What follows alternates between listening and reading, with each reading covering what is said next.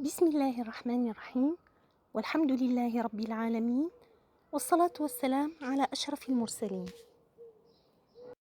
Avec vous, Dr Mouna Bouloudenine de l'Université d'Annaba, dans le module d'électricité. Je vais vous présenter des travaux dirigés destinés aux étudiants de première année licence, maths et informatique.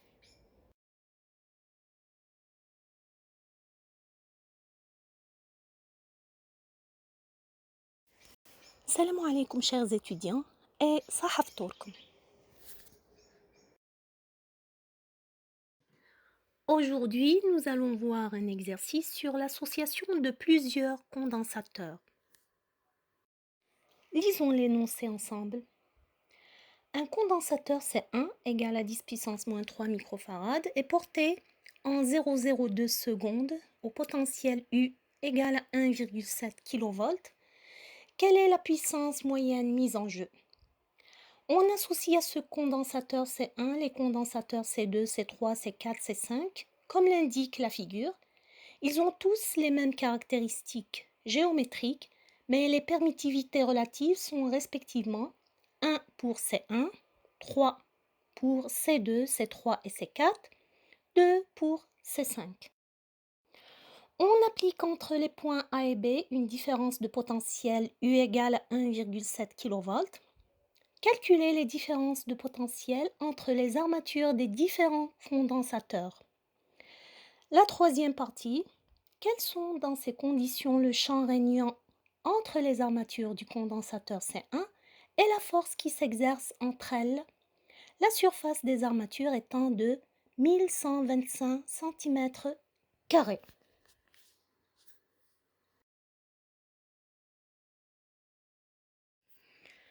L'objectif de la première question, c'est la puissance.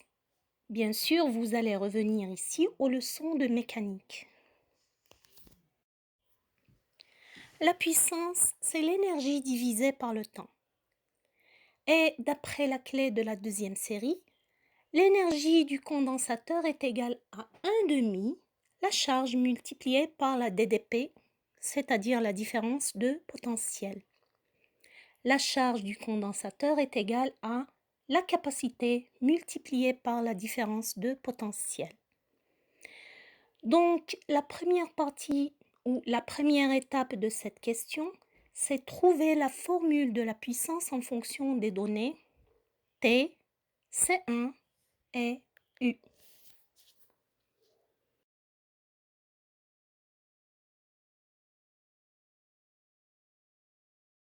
Maintenant, passons à la solution. Par définition, la puissance, c'est l'énergie par unité de temps. Le temps est donné, il nous reste à trouver l'énergie stockée dans le condensateur. Et la charge du condensateur en fonction de sa capacité de la DDP. Remplaçons maintenant la charge et l'énergie dans l'expression de la puissance.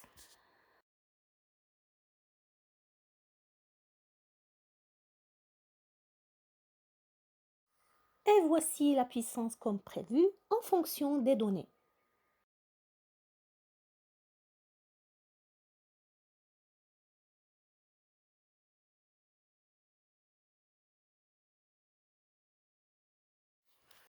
Remplaçons maintenant par U, C1 et T.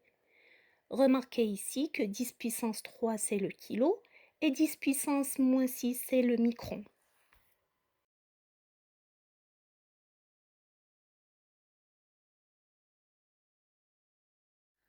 Nous avons trouvé enfin notre puissance. Passons à la deuxième question où on associe au condensateur C1 les condensateurs C2, C3, C4 et C5 et on nous demande de calculer les différences de potentiel entre les armatures des différents condensateurs. L'objectif ici est constitué de plusieurs inconnus. Donc certainement nous avons affaire avec un système d'équations de plusieurs variables. Bien que la physique de cette question est très facile, mais il faut faire attention. Pour ne pas tomber dans le piège des calculs mathématiques, est tourné dans le vide. Alors, nous devons bien gérer notre solution. Et c'est ce qu'on va faire ensemble. Nos données ici sont C1, les permittivités relatives epsilon RI et la différence de potentiel total entre A et B. Nous allons écrire les 5 inconnus en fonction de l'un d'eux et choisissons U1. Nous avons deux types d'associations, donc nous allons utiliser à la fois la loi d'association en série et la loi d'association en parallèle. La loi qui lie les UI aux données, y compris la capacité C1, c'est celle de la charge. Nous relions cette formule aux formules des DDP par les lois d'association en série et en parallèle liées aux charges, et la loi de la capacité pour arriver aux données. Commençons par chercher les UI en fonction de U1. Puisque toutes les DDP sont inconnues, nous devons écrire toutes les lois d'association issues de ce schéma.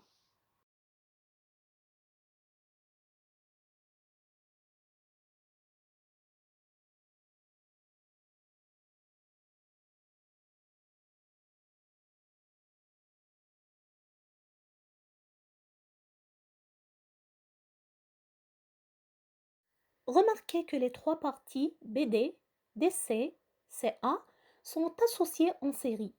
Donc la DDP totale, c'est la somme des trois DDP. Nous avons trouvé une équation, il nous reste une deuxième.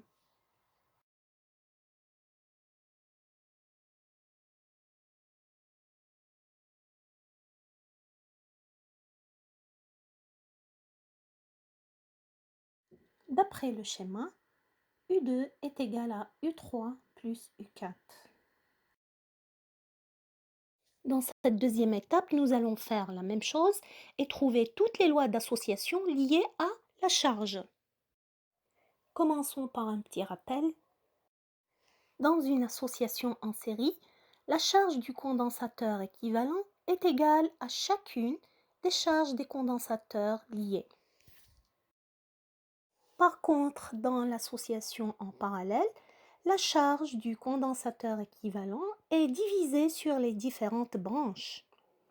Alors, la charge totale est égale à la somme des charges partielles.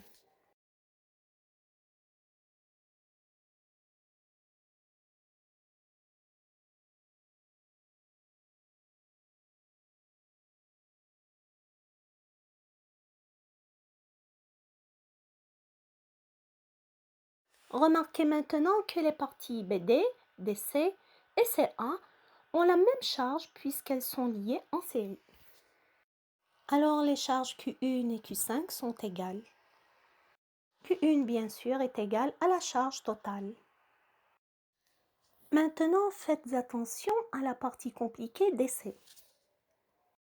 Alors la charge totale Q1 est égale à la somme des charges des deux branches qui sont la charge Q2 de la branche DD'C', et la charge de la branche DFC qui est Q3 ou bien Q4 puisque les deux condensateurs C3 et C4 sont associés en série.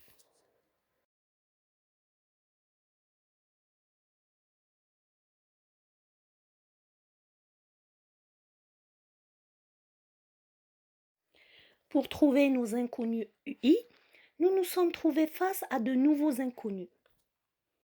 L'objectif donc de cette étape est d'éliminer les QI. Faisons appel à la loi de la charge d'un conducteur en fonction de sa capacité et de la différence de potentiel entre ses bornes. Nous allons faire ainsi la connexion avec les données. Dans les trois formules de charge, nous allons remplacer chacune des 5 charges par l'expression Q est égal à C fois U.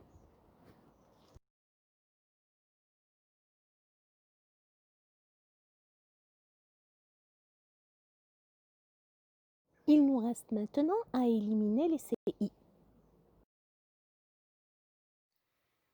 Les 5 condensateurs ont tous les mêmes propriétés géométriques, donc il est possible d'écrire leur capacité en fonction de C1 qui est donné. Voici la loi qui donne la capacité d'un condensateur en fonction de ses propriétés géométriques et de sa permittivité. Comme la permittivité relative du condensateur 1 est égale à 1, alors il suffit pour obtenir les autres capacités de multiplier C1 par la permittivité relative du condensateur en question. Maintenant, nous allons éliminer les CI en remplaçant leurs formules dans les expressions 12, 13 et 14. Et voilà, nous avons obtenu 3 autres équations en plus des 2 premières. Enfin, nous avons 5 équations avec uniquement 5 inconnus. Pour simplifier les calculs, il est préférable ici d'utiliser le calcul matriciel. Écrivons maintenant tous les UI en fonction de U1. À partir de 17, nous trouvons U2 en fonction de U3 et U4. Et nous remplaçons dans 19 pour trouver U3, U4 et U2 en fonction de U1.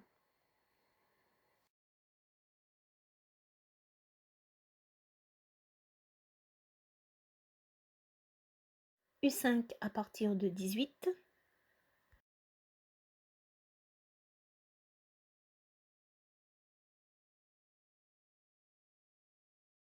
Et nous remplaçons U2 et U5 qui sont en fonction de U1 dans U2 5, et U5 et voilà qui sont en fonction de U1 en fonction de U qui est donné. Et voilà U1 enfin en fonction de U qui est donné. Obtenu, nous trouvons U2, U3, une fois U4 U1 obtenu, U5. Nous trouvons U2, U3, U4 et U5.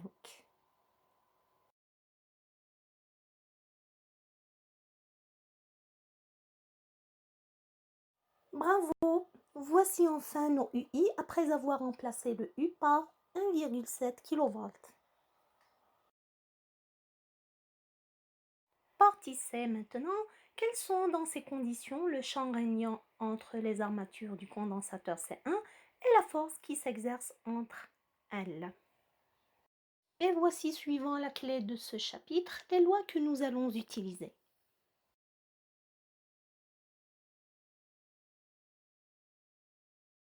Le champ, c'est la DDP divisée par l'épaisseur du condensateur. La DDP U1 du condensateur C1 est calculée dans la section précédente. Il nous reste à trouver E. Dans la partie 2, nous avons déjà écrit C1 en fonction de E. Donc finalement, voici notre champ E1 en fonction de C1, U1, S et epsilon 0.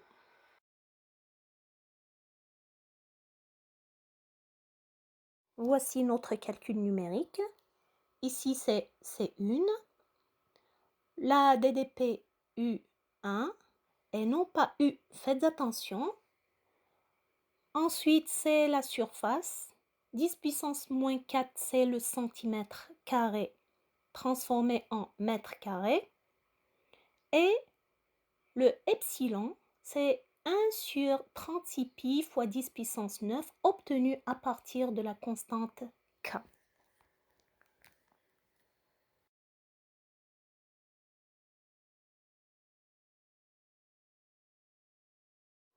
Et voici le champ régnant entre les armatures du condensateur C1 exprimé en volts par mètre.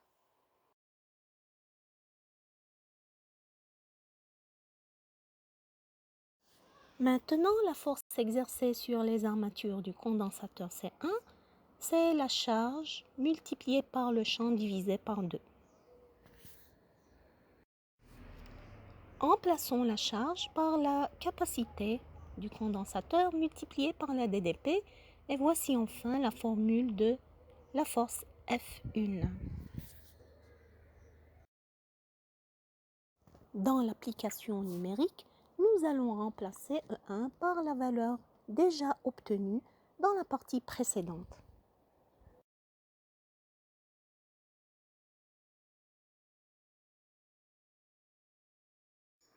Voici la force exercée sur les armatures du condensateur C1 exprimée en newtons.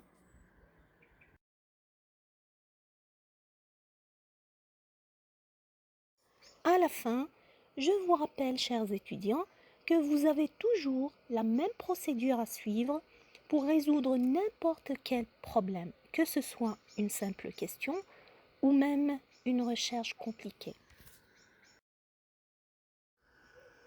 Un objectif bien défini. Ensuite, déterminer ces données.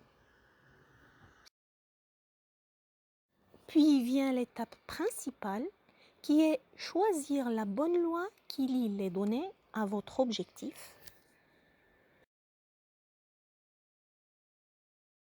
Établir ensuite une seule ou une série de relations dont le premier côté est l'objectif inconnu et dans le dernier côté vous trouvez les données qui sont bien connues. Enfin, pour aboutir à votre objectif, vous passez par une application où vous remplacez vos données par des valeurs numériques, que ce soit dans un simple calcul ou bien dans une élaboration expérimentale. Je vous souhaite Eid Mubarak. Ça va être, Inch'Allah, un Eid très spécial, malgré le confinement. Soyez certains. سبحانك اللهم وبحمدك نشهد أن لا إله إلا أنت نستغفرك ونتوب إليك